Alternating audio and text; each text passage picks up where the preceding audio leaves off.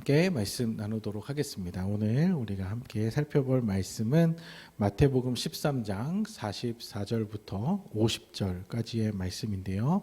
한 절씩 교독하여 읽고 마지막 절 함께 봉독하도록 하겠습니다. 천국은 마치 밭에 감추인 보화와 같으니 사람이 이를 발견한 후 숨겨두고 기뻐하며 돌아가서 자기의 소유를 다 팔아 그 밭을 사느니라.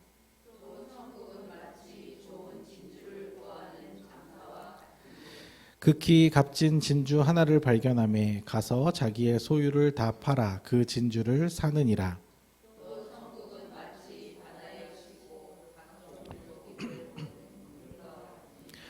그물에 가득함에 물가로 끌어내고 앉아서 좋은 것은 그릇에 담고 못된 것은 내버리느니라.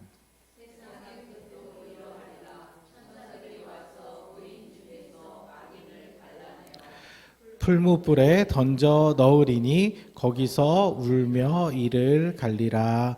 아멘. 예배 가운데 나오신 우리 모든 성도님들 가운데 하나님의 놀라운 은총이 날마다 함께 하시기를 주님의 이름으로 축원합니다.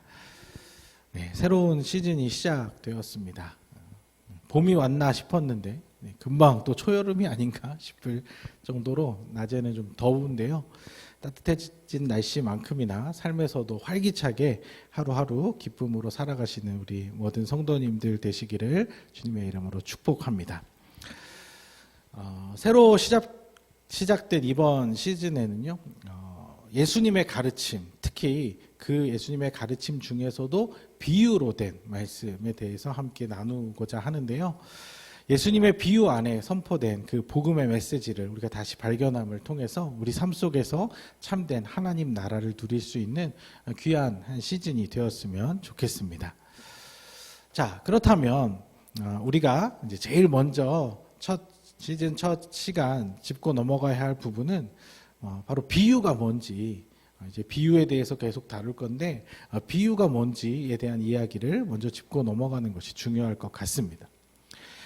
먼저 사전적 의미를 살펴보면 비유란 어떤 현상이나 사물을 직접 설명하지 아니하고 다른 비슷한 현상이나 사물에 빗대어서 설명하는 일이라고 설명하고 있는데요. 그러니까 쉽게 말하면 잘 모르는 것을 설명할 때 그걸 듣는 사람이 이미 알고 있는 비슷한 것으로 대체해서 설명을 한다는 것입니다. 헬라어로는 파라볼레라는 말인데, 파라는 옆에, 주위에라는 전치사이고, 볼레는 던지다라는 동사 발로에서 온 것으로 그대로 직역하면 옆에 던져 놓는다, 이런 의미입니다. 그러니까 옆에다가 이렇게 놓고 비교해서 설명한다는 그런 의미인 것이죠. 비유는 예수님께서도 많이 사용하셨지만 사실 일반적으로도 무엇인가를 설명하고자 할 때 아주 자주 사용하는 방식입니다. 왜냐하면 아예 모르는 것을 설명하려고 하면 되게 막막하잖아요. 어렵잖아요. 그래서 최대한 그 사람이 이해할 수 있는 것으로부터 끄집어 와야 조금 뭔가 조금이라도 이해를 시킬 수가 있기 때문입니다. 예를 들어서 초등학생한테 교수님에 대해서 설명한다고 합시다. 그러면 제일 쉬운 방법이 뭐냐면 교수님은 선생님 같은 거야. 이게 가장 쉽죠. 교수님과 선생님이 완전히 똑같지는 않습니다. 교수님은 곧 선생님이다, 이렇게 이야기를 할 수는 없습니다. 하지만 이런 비유적 설명을 통해서 완벽하지는 않지만 어느 정도의 이해를 도울 수 있다는 것이죠. 그러니까 그런 의미에서 예수님께서는 비유를 자주 사용하실 수밖에 없었습니다. 왜냐하면 우리가 하나님 나라를 완벽하게 이해할 수가 없기 때문입니다. 아무리 똑똑한 사람이라도 이 눈에 보이는, 지금 우리가 눈에 보이는 이 물질 세계조차도 다 이해를 제대로 못하는데 우리가 어떻게 눈에 보이지 않는 세계, 하나님의 세계에 대해서, 그분의 다스림에 대해서, 영원한 삶에 대해서 쉽게 이해를 할 수 있겠습니까? 어렵죠. 예수님께서 아무리 완벽하고 탁월하게 설명을 하셨다 하더라도 듣는 사람들이 그것을 100% 이해하기는 어렵다는 것입니다. 그래서 마태는 예수님께서 가르치실 때 거의 대부분 비유를 사용하셨다고 기록하고 있어요. 13장 34절 말씀인데 한번 읽어보겠습니다. 예수께서 이 모든 것을 무리에게 비유로 말씀하시고 비유가 아니면 아무것도 말씀하지 아니하셨으니, 이 정도로 예수님 비유를 많이 사용하셨다는 것입니다. 그런데 이 비유라는 방식의 설명은요, 이렇게 때로는 참 탁월한 설명이 되기도 하지만 때로는 굉장히 조심스럽게 접근해야 할 부분이 있다는 것입니다. 왜냐하면 그것은 완전히 동일한 100%의 설명이 아니기 때문이죠. 설명하고자 하는 대상에 대해서 이걸 완벽하게 설명하기 위해서 쓰는 방식이 아니라 이해를 돕기 위해서 예시적 접근으로 사용하는 것이기 때문입니다. 자, 무슨 말이냐면 오늘 설교의 제목처럼 예수님께서는 비유를 통해 천국, 하나님 나라에 대해서 제자들에게 가르치신 경우가 참 많았는데, 다른 말로 하면 그 비유의 어떤 설명도 사실은 천국, 하나님 나라와 100% 완벽하게 일치하는 것은 아니라는 것입니다. 유사성이 있고 비슷한 점이 있기 때문에 그것을 얘기하려고 하시는 것이지 천국 자체와 똑같은 것이라고 할 수는 없다는 것입니다. 예수님께서 하나님 나라를 이 세상의 개념과 언어로 설명하기는 너무 어렵기 때문에 우리가 알만한 것들 중에 그나마 제일 유사한 개념과 언어로 빗대어 설명하신 것입니다. 그렇기 때문에 우리가 그 말씀 속에서 예수님이 말씀하신 의도를 잘 파악해야 합니다. 어떤 유사성을 지금 말씀하시는지를 깨달아야 한다는 것이죠. 그렇지 않으면 엉뚱하게도 예수님의 의도와 상관없는 부분에 꽂혀가지고 원래 예수님이 말하려고 하셨던 것과 완전히 다른 해석을 할 수 있기 때문입니다. 예를 또 들어볼게요. 우리 지난주에 선거가 있었죠. 22대 국회의원 선거가 있지 않았습니까?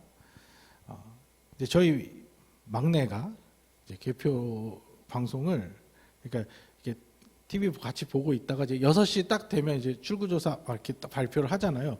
근데 뭐 방송사에서 다 뭐 TV 돌리면 다 그걸 하고 있으니까 신기해 하더라고요. 그 전에도 선거가 있었지만 그때 너무 어려서 잘 몰랐나 봐요. 근데 이번에 딱 보니까 막 그렇게 하면서 막 뭐가 막 그렇게 막 화려하게 막 이게 나오니까 이게 뭐 하는 거예요? 이게 뭐 하는 거예요? 물어보더라고요. 그래서 제가 뭐라고 얘기를 해줬냐면, 이거 어른들 반장선거 하는 거 그런 거야. 이렇게 얘기를 해줬습니다. 그러니까 대표를 뽑는다는 그 유사성을 설명하기 위해서 초등학생이 이해할 수 있는 수준으로 답을 해주는 것이죠. 그런데 제가 그렇게 얘기를 하니까 우리 막내가 바로 뭐라고 얘기를 하냐면, 항상 이 아이들은 엉뚱하죠. 그럼 매년 하는 거야? 내년에도 해? 이렇게 물어봐요. 초등학생들에게는 반장선거가 매년 반 바뀌고 나면 매번 하잖아요. 그러니까 자연스럽게 생각이 그렇게 이어지는 거예요. 근데 그렇지는 않잖아요. 그러니까 제가 설명하고자 했던 것과 전혀 상관없는 포인트로 받아들이면 엉뚱한 답이 나올 수 있다는 거예요. 그래서 혹시라도 이 아이가 그거를 물어보지 않고, 저한테 물어보지 않고, 아빠가 반장선거라고 그랬으니까 내년에도 또 하나보다 이렇게 생각하고 넘어갔으면 전혀 제가 의도한 것과는 전혀 다르게 이해하고 넘어갈 수 있다는 것이죠. 그러니까 이렇게 비유를 해석할 때는 주의해야 할 부분들이 있어요. 무엇을 이야기하고자 하는지 정확하게 우리가 파악을 해야 한다는 것입니다. 그렇지 않으면 그것 말고도 이 비유를 해석하는 데 있어서 주의할 점이 여러 가지가 있는데, 그것을 오늘 첫 시간부터 다 이야기하진 않고 비유들을 살펴보면서 앞으로 또 어떤 부분들을 주의해야 하는지 하나씩 살펴보기로 하고, 오늘은 그런 주의점을 생각해 보면서 본문에 대한 이야기로 바로 넘어가면 좋을 것 같아요. 자, 오늘 우리가 읽은 본문에는 천국에 대한 비유가 3가지나 나옵니다. 먼저 44절을 함께 읽어보겠습니다. 천국은 마치 밭에 감추인 보화와 같으니 사람이 이를 발견한 후 숨겨두고 기뻐하며 돌아가서 자기의 소유를 다 팔아 그 밭을 사느니라. 자, 무엇을 설명하기 위한 비유인지 정확하게 제시를 해주고 있습니다. 천국은 마치, 하나님 나라는 마치 이와 같다. 지금 뭘 얘기하고자 하냐면 하나님 나라를 이야기해 보겠다는 것입니다. 내용은 뭐 너무나도 우리가 많이 들었기 때문에 잘 아시죠? 밭에 아무도 모르게 감춰진 보화가 있었는데 이것이 너무 귀한 것이라서 이걸 최초로 발견한 사람이 자기의 모든 것을 다 팔아서 그 밭을 샀다. 그래서 그 보화까지도 자기의 소유로 만들었다. 이 이야기지 않습니까? 자, 두 번째 비유도 아주 유사한데 이번에 등장하는 소재는 진주입니다. 45절과 46절 또 읽어보겠습니다. 또 천국은 마치 좋은 진주를 구하는 장사와 같으니 극히 값진 진주 하나를 발견하매 가서 자기의 소유를 다 팔아 그 진주를 사느니라. 이것도 뭐 크게 어렵지 않습니다. 이 두 비유의 핵심 포인트는 뭐냐? 천국은 너무 귀한 것이다. 너무 값진 것이다. 그래서 우리가 이 세상에 가지고 있는 그 어떤 것보다도 더 귀하고 가치 있는 것이다 라는 의미입니다. 너무 쉽고 분명한 메시지죠. 그런데 이것도 잘못 이해할 수가 있어요.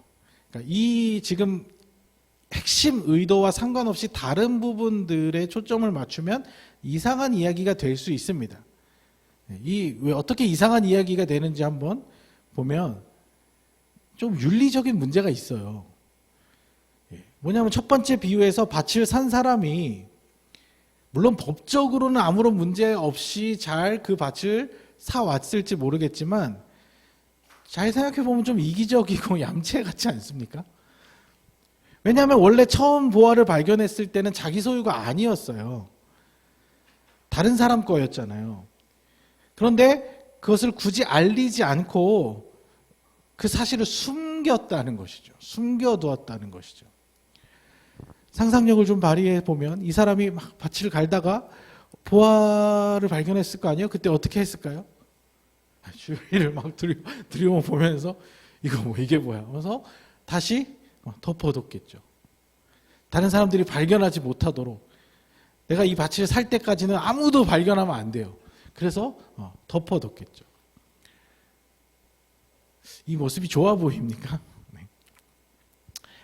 두 번째 비유에서는 사실 진주 비유에서는 사실 뭐 그렇게 꼬투리 잡을 것이 없는데 이 첫 번째 이야기는 조금 이상하게 들릴 수 있다는 것이죠. 그래서 이 이야기를 두고 예수님은 지금 이 보화를 몰래 숨겨둔 사람이 잘했다는 거네.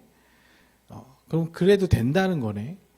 하나님 나라를 자기가 쟁취하기 위해서는 약간의 속임수나 얌체 같은 행동도 괜찮다는 거네. 자, 이렇게 이해를 한다면 이것은 예수님이 말씀하신 의도와 전혀 상관없이 제멋대로 해석을 하는 게 되겠죠.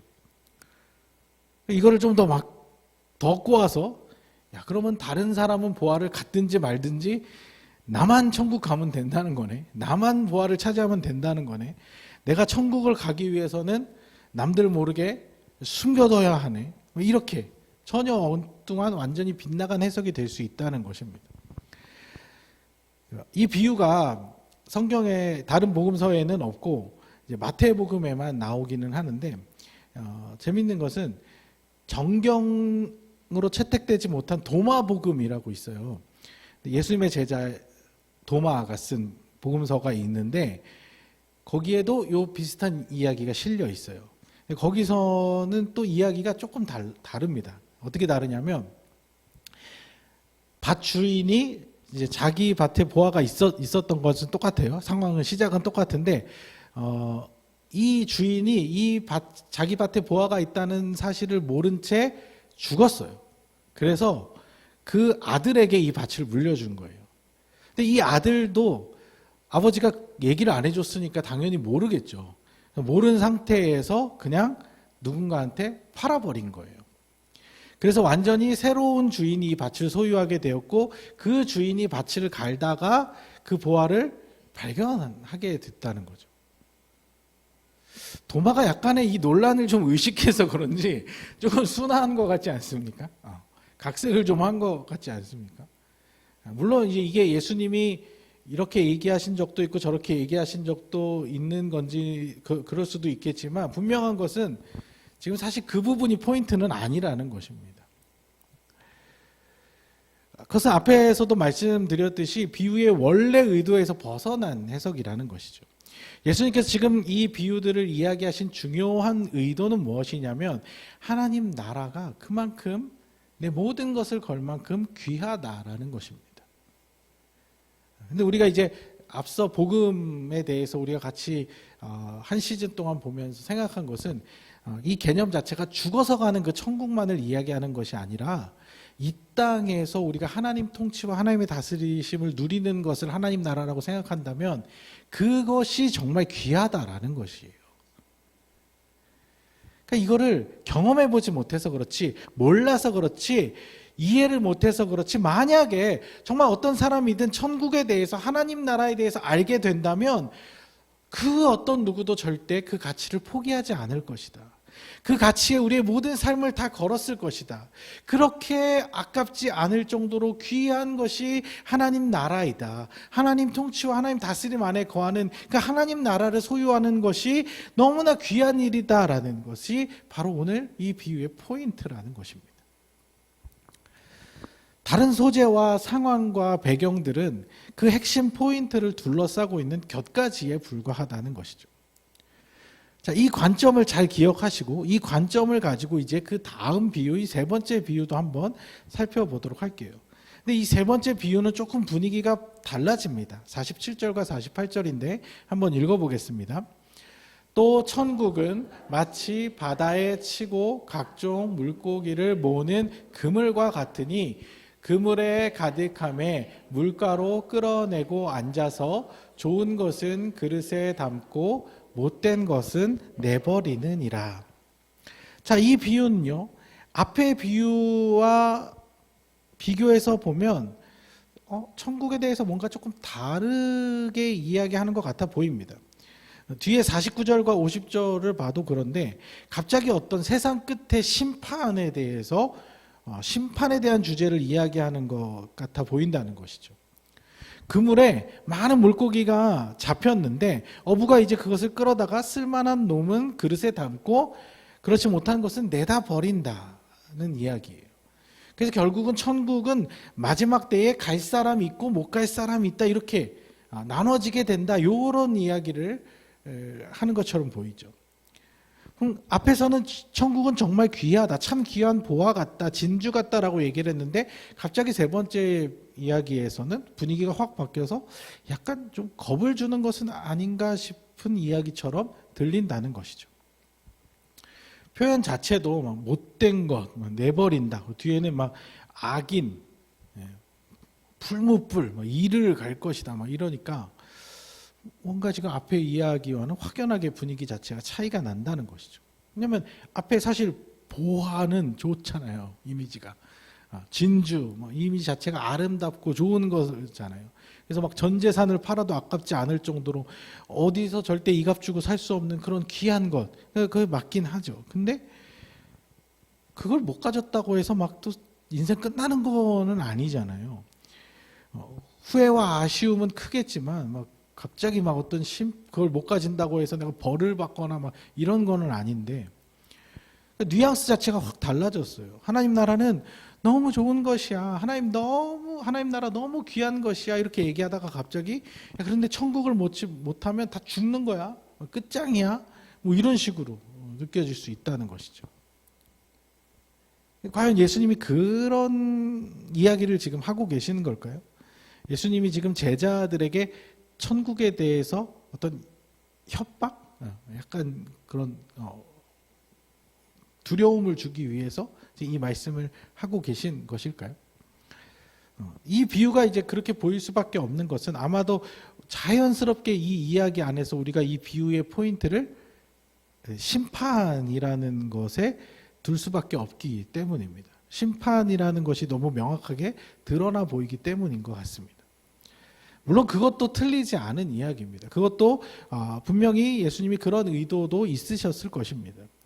하지만 이것을 앞선 마태가 이것을 예수님께서 하셨던 여러 가지 비유 중에 이것을 앞에 진주 이야기와 또 보화 이야기와 밭에 숨긴 보화 이야기와 자연스럽게 연결해서 둔 그 이유를 생각해 보면 지금 예수님은 계속된 비유를 통해서 천국의 가치, 하나님 나라의 가치에 대한 이야기를 하고 있는 것을 우리는 좀 그 관점에 맞춰서 생각해 볼 필요가 있다는 것이죠. 자, 그래서 약간 그 심판이라는 표면적인 것들에서 조금 옆으로 옮겨서 다시 한번 자연스럽게 앞에 이야기와 연결지어서 한번 생각해 보겠습니다. 자, 그물에 잡힌 고기들이 있어요. 그 고기들은 일단 어부의 손에, 인간의 손에 들어온 것이죠. 지금 어부의 관점을 얘기하는 거예요. 물고기의 관점에서는 사실 안 잡힌 게 좋은 겁니다. 그렇죠? 바다에 있는 게 안 잡힌 놈이 제일 좋은 놈이죠. 근데 일단 잡힌 놈들이 있단 말이에요. 잡힌 물고기들이 있는데 그렇게 잡혔다고 끝이 아니라 그것이 이제 다 물가로 이제 어부가 이걸 끌고 간 다음에 그것을 나누는 작업을 한다는 것이죠. 그 기준이 무엇이냐는 사실 온전히 어부의 몫입니다. 어부의 관점입니다. 어부가 이것이 쓸만한 놈인지 아닌지를 구분해서 갈라놓는다는 것이죠. 여기가 포인트가 있을 수 있다는 거예요. 뭐냐면 그물 안에 들어왔지만 버려지는 고기들이 있을 수 있다는 것입니다. 그물 안에만 들어가면 되는 줄 알았는데 최종적으로 어부에게 선택받지 못하고 버려지는 물고기들이 있을 수 있다는 것이죠. 다 된 줄 알았는데 결국엔 안 될 수가 있다는 거예요. 이 포인트는 앞에 두 비유에서는 등장하지 않는 포인트입니다. 왜냐하면 보화를 발견한 사람이 진주를 발견한 사람이라면 그렇게 하지 않거든요. 절대 안 사고는 못 베기기 때문인 거죠. 100에 99는 어떻게 해서든 그걸 사게 된다는 것이죠. 무슨 말이냐면 가치를 발견한 사람은 그 귀한 가치를 발견한 사람은 자연스럽게 행동으로 옮겨진다는 것입니다. 그 가치를 추구하는 행동으로 연결될 수밖에 없다는 것입니다. 그래서 하나님 나라를 깨달은 사람이라면 그 가치를 알게 된 사람이라면 자기의 인생 모든 것을 하나님 나라에 걸 수밖에 없다는 것이죠. 천국의 소망을 두면서 이전까지의 자기가 살았던 삶의 방식과 가치들을 다 버리고 완전히 새로운 가치를 추구할 수밖에 없다는 것이죠. 그런데 그게 너무나 당연한데 또 하나의 이야기를 추가하는 것입니다. 그물 안에는 들어갔는데 결국에는 버려지는 고기가 있을 수 있다. 하나님 나라를 발견했으면 당연히 삶의 변화로 이루어져야 하는데 어떤 경우에는 이상하게도 하나님 나라 안에 들어온 줄 알았지만 최종적으로는 그렇지 않은 경우가 털어 있다는 것입니다. 갑자기 마지막에 예외의 경우를 추가하시는 것입니다. 굳이 이 상황을 앞에 두 이야기에 없던 포인트지만 그것을 굳이 앞에 이야기와 억지로 연결시켜서 생각해 보자면 이런 거예요. 자, 어떤 사람이 밭에 보화를 샀습니다. 발견하고 그 밭을 샀습니다. 모든 걸 걸어서 샀습니다. 그런데 보화를 그냥 밭에다 계속 묻어두는 거예요. 이상하죠. 그러지 않는 것. 산 목적 자체, 그것을 산 것 자체가 보화의 가치를 누리려고 산 건데 밭만 사놓고 그 보화를 캐내지 않고 그냥 거기다 묻어둔다. 상식적으로 이해가 안 가는 이야기인 거죠. 근데 그럴 수 있다는 거예요. 그런 사람이 있다는 거예요. 어떤 사람이 너무너무 귀한 진주를 발견했어요. 그래서 당장 그거를 모든 걸 걸어서 샀어요. 그럼 어떻게 해야 돼요? 그 진주를 가지고 장식을 하고 다니든지 사람들한테 자랑을 하든지 아니면 이 사람이 장사꾼이라고 했으니까 더 비싸게 팔든지 해야 될 거 아니에요. 근데 그걸 비싸게 주고 사놓고 쓰지를 않아요. 그냥 묵혀둬요. 이런 사람이 있을까요? 거의 없다는 거예요. 거의 없는데 그게 무슨 말이냐면 그러면 안 된다는 얘기를 하고 싶은 거죠. 그런 건 이상한 거라고 얘기하고 싶은 거죠. 예수님께서 그 마지막에 그물 비유를 더하신 것은 이상하게도 그런 사람이 있다는 거예요. 그런 예외도 있다는 거예요. 물고기가 잡혔는데 버려질 수가 있다는 거예요. 납득이 안 되죠. 이상하죠. 그래서 마태가 좀 과격하게 더 이야기를 한 것 같아요. 그래서 풀무불에 막 던져 넣어서 울며 이를 갈게 된다고. 왜냐하면 왜 이런 얘기까지 과격하게 하냐면 이 사람은 지금 천국을 기만한 사람이 되기 때문입니다. 천국의 가치를 아주 내팽개쳐버린 사람이 되기 때문이라는 것입니다. 어쩌면 굉장히 무서운 말씀일 수 있어요. 차라리 그물에 잡히지 않은 물고기라면 상관이 없죠. 차라리 그냥 그물 안에 들어오지조차 못했으면 상관이 없죠. 차라리 하나님에 대해서 들어본 적이 없고 잘 모르고 천국이 뭔지 모르고 어떤 의미인지 하나님 나라가 어떤 의미인지 깨닫지 못하고 알지 못하고 믿지 못하는 사람이라면 상관이 없어요. 그런데 하나님이 어떤 분인지 알면서도 하나님의 사랑이 얼마나 큰지 경험했으면서도 하나님이 다스리시는 천국의 삶이 얼마나 귀한 가치인 것을 알게 되었으면서도 하나님과는 상관없는 삶을 산다면 그것은 아주 큰 문제가 될 수 있다는 것입니다. 하나님은 진리잖아요. 하나님은 진리신데 하나님 믿는다고 하면서 살면서 거짓말을 너무 잘해. 거짓말하는 게 너무 자연스러워. 그러면서 먹고 살기 위해서는 다 이렇게 사는 거라고, 다 거짓을 누구나 어쩔 수 없이 하면서 살아야 된대요. 하나님은 막 사랑이라는 거 너무 잘 알아요. 하나님 우리 사랑하신 거 너무 알고 하나님 우리에게 요구하시는 것이 사랑의 삶이라는 걸 너무 잘 알아요. 근데 살아가면서 나한테 도움이 안 되는 사람한테는 아예 관심도 주지 않아요. 그리고 자기만을 위해서 살아요. 그게 이 세상을 살아가는 방식이고 이 세상을 버틸 수 있는 힘이래요. 하나님은 겸손의 하나님이신데 자기는 삶에서 자기 자신만 높이며 다른 사람 깎아내리면서 그렇게 살아요. 그래야 그렇게 살아야 된대요. 이 세상에서는 내가 조금 더 편하게 살 수 있대요. 그래야. 그렇게 살 거면 차라리 하나님 못 믿겠다고 말을 하든가, 하나님 잘 모르겠다고 얘기를 하든가, 하나님 대해서 너무 잘 안 돼. 하나님 너무 잘 믿고 있대요. 하나님 너무 좋대요. 그런데 전혀 다른 삶을 살고 있다는 것이죠. 그러면 차라리 내가 하나님 모르겠다라고 얘기를 하면 차라리 그물 밖에 있는 물고기가 될 거 아니에요.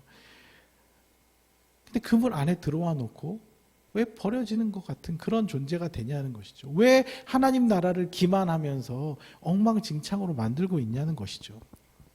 천국은 가고 싶은데, 천국은 너무나 가고 싶은데 당장 지금 내 삶에서 천국을 누릴 생각은 없는 거죠. 나중에, 좀 더 나중에 기회가 되면 언젠가는 할 거야. 천국 가긴 가야겠는데, 천국 안 갈 건 아닌데 가긴 가야 되는데 하나님 자녀답게 사는 것은 너무 힘들고 부담스러워요. 그러니까 자꾸 미루는 거예요. 좀 더 나이 먹고 상황 되면. 우리 하나님이요, 너무나 사랑이 많으시고 인내심이 크셔서 아직까지 참고 기다리고 계시기는 한데요, 그러면 안 되는 거예요. 그건 이상한 거예요. 비상식적인 행동이라는 거예요. 보화가 있는 바치를 샀으면 보화를 누리셔야죠. 귀한 진주를 샀으면 그 진주의 가치를 드러나게 하셔야죠. 교회를 다닐 거면 하나님이 기뻐하시는 삶을 사셔야죠. 하나님을 믿는다고 할 거면 하나님 성품을 닮아 가셔야죠. 이건 이거고 저건 저거고 이렇게 할 수 없다는 거예요. 예수님께서는 지금 이 세 번째 그물 비유 이야기를 통해서 우리를 지금 지옥 보내시겠다고 협박하시는 것이 아닙니다. 너 내 말 안 들으면 그냥 너 그물 안에 들어왔지만 너 내 말 안 들으면 내가 갖다 버릴 거야. 지금 이렇게 위협하고 계신 게 아니에요. 천국행 티켓을 놓고 우리랑 지금 딜을 하자는 게 아니라는 것입니다. 아주 당연한 얘기를 하고 계시는 거예요. 가치를 발견한 사람이라면 그 가치대로 사는 것이 마땅하다. 뭐가 좋은지를 알았으면 그 좋은 것을 선택하며 사는 것이 마땅하다. 아니, 여러분들이 정말 가지고 싶었던 물건이 인터넷에 지금 90% 할인이 떴는데 안 살 거냐고요. 사야지 말만 하고 안 사는 사람 같다는 거예요. 교회를 다니면서 하나님 믿는다면서 그대로 살지 않는 모습이 그런 모습이라는 거예요. 예수님이 숨겨두신 그 귀한 보화를 발견했으면 모든 삶을 걸고 보화를 차지하는 것이 지극히 당연한 것이라고 말씀하시는 것입니다. 우리 이상한 사람 되지 맙시다.